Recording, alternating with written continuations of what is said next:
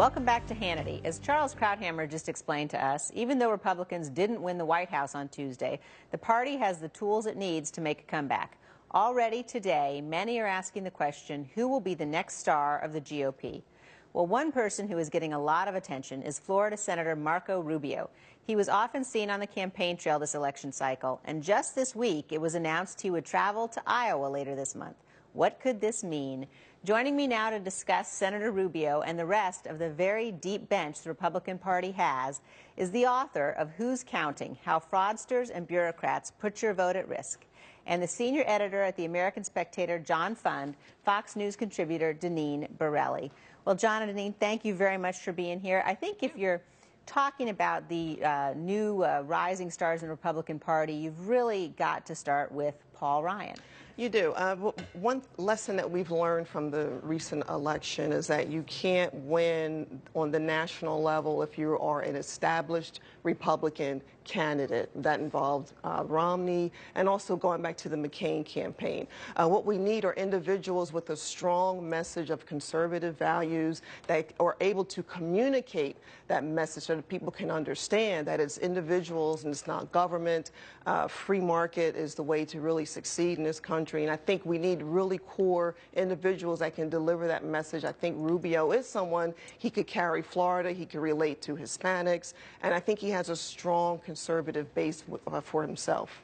Well, and if you look at sort of folks who weren't on the national ticket this time, not Marco Rubio at this point, think about some of the other people that you see, John, who are up and coming. It seems to me that this debate about where the party's going is largely going to be settled by folks like those we've got now in the House and Senate, as well as some of the terrific governors out there. Right, and on the off chance Marco Rubio doesn't run, there's a wonderful governor in New Mexico, Susana Martinez, who could easily step in. There's also Kelly Ayotte of New Hampshire, who was on the short list for vice president. There's also various governors out there, Jindal from Louisiana. Christie of New Jersey, I think, may have to go into political rehab for a little bit. He's bruised some feelings. Well, let's talk about Chris Christie for a minute, because he clearly was somebody. He obviously gave the keynote at the Republican National Convention. He was someone who was on the short list to be vice president this time around. But he is certainly, because of his sort of reaction to President Obama coming in, many people in the party thought that was excessive, that, you know, making sure the president was there to help his state made sense, but that the praise for the president went overboard. Deneen, how much do you think Chris Christie has hurt himself? Well, I really don't think he's a conservative. He has a command and control energy policy for the state of New Jersey, where utilities have to purchase a certain amount of solar panel power to provide energy for the state. But I think the hug was very premature, because a lot of people are still hurting and still suffering from the consequences of the hurricane. In addition to having these terrific young people coming up, which we certainly do have, and we could have an entire show about who they are, the party did learn some lessons on election night about turnout in particular.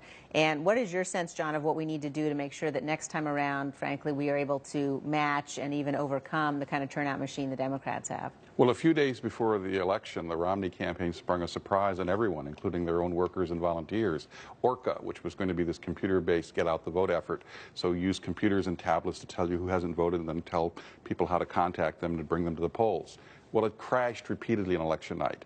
I mean, this is going to go down in history as the Vista, as the New Coke, as the Ishtar, I mean, as the Heaven's Gate of disasters. I mean, you literally had 35,000 volunteers whose job was to get out the vote, wandering around like zombies with no direction. They didn't know what they were going to do.